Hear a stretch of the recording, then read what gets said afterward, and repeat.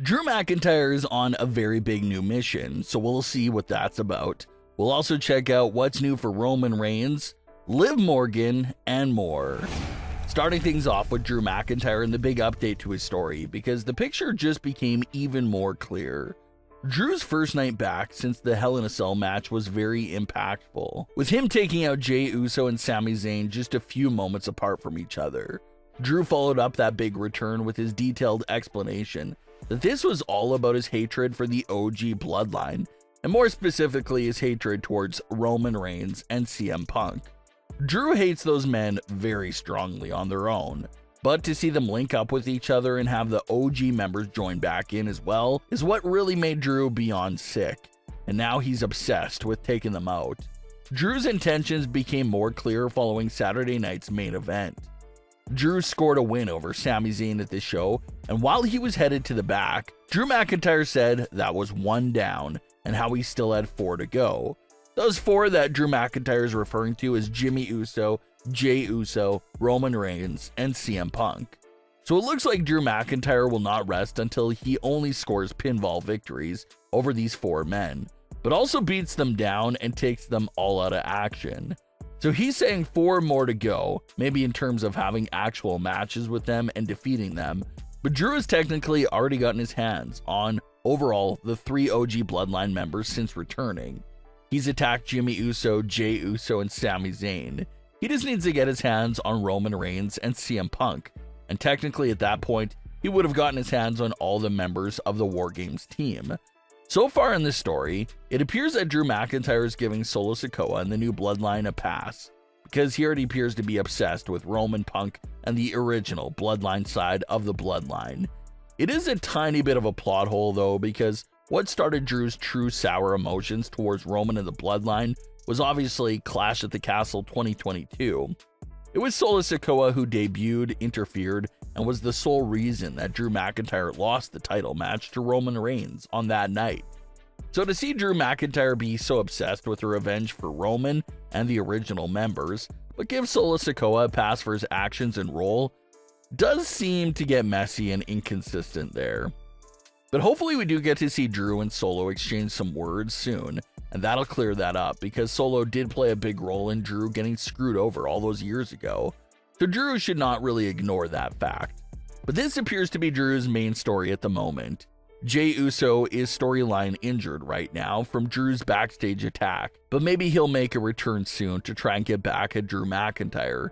And once Drew is finished with the Usos and Sami Zayn, he obviously wants to get his hands back on Punk and Roman. The idea of seeing Drew McIntyre and CM Punk pick up a feud again honestly is not the most exciting route here, considering they just wrapped up a near 9-month-long program with each other. It just seems like way too soon to turn back to McIntyre versus Punk, especially after that great finale feud that they had at the Hell in a Cell match. If they pick up a feud with each other, it sort of takes some significance away from that Hell in a Cell match. But what is an exciting route is for Drew McIntyre versus Roman Reigns to get picked back up again. Roman and Drew haven't crossed paths one-on-one since 2022, and a lot has changed since then. So it would be an interesting one to see how Roman Reigns versus Drew McIntyre's feud would look like in 2025, with their roles being completely flipped since they were in the ring with each other last. Back in 2022, Roman was the big heel and Drew was the babyface. Now, things would be in the complete polar opposite. You gotta remember that it's basically those events that happened within the Bloodline in 2022 that ended up inspiring the heel turn for Drew McIntyre. So it'll be a big full circle moment for Drew to be able to stand across the ring from Roman Reigns, the same man who basically turned Drew into a monster that we see today. So Drew is making that extremely clear. The order and how he intends on taking them all out is unclear, but he's vowing to take out all 5 of those men that were on the OG Bloodline side at Survivor Series. So we'll have to see if Drew McIntyre is able to knock them all down after all. WWE just confirmed the huge rubber match for the Bloodline Civil War, and it's taking place at the Raw Netflix premiere. Solo's side picked up a win at Crown Jewel. Roman's side picked up a win at Survivor Series. So the series is tied up at 1 apiece. The tiebreaker will now be a singles match between Roman Reigns and Solo Sikoa on January 6th in a tribal combat match. Both of the tribes will be left in the back. It'll just be a Roman versus Solo, with the tribal chief position and control of the family being on the line. No more OTC, no more new tribal chief. This match will crown the one and only undisputed tribal chief. No more disputing it at all. It's very interesting that this match is taking place at the Raw Netflix premiere, because this was the exact match that was rumored for a long time to take place at WrestleMania 41. But now that it's taking place here on January 6th, that could be a sign that both men will be doing something different with their WrestleMania 41 roles. This match will be under tribal combat rules. In times past, the rules for the tribal combat match is no disqualification, no countouts, but no family member can interfere until a winner has been crowned. It's unknown if this tribal combat match will follow those same exact procedures, but that's how the match looked in the past. So the rule is that the family members have to respect the match and not get involved. But the rules make no mention of non-family members not getting involved in the match. So knowing that Drew McIntyre is very openly gunning for Roman Reigns, and how this match is taking place on Raw after all, it definitely seems like a realistic possibility for Drew to get involved in the match and try to screw Roman Reigns over this very important tribal combat match. It'll be a perfect way for Drew to get his revenge on Roman Reigns after all these years. He may not be costing Roman Reigns a piece of championship gold, but costing Roman the tribal chief position will basically be on the same level of costing him a title. It'll be a very explosive way to kick off Roman versus Drew and really set the stage for it.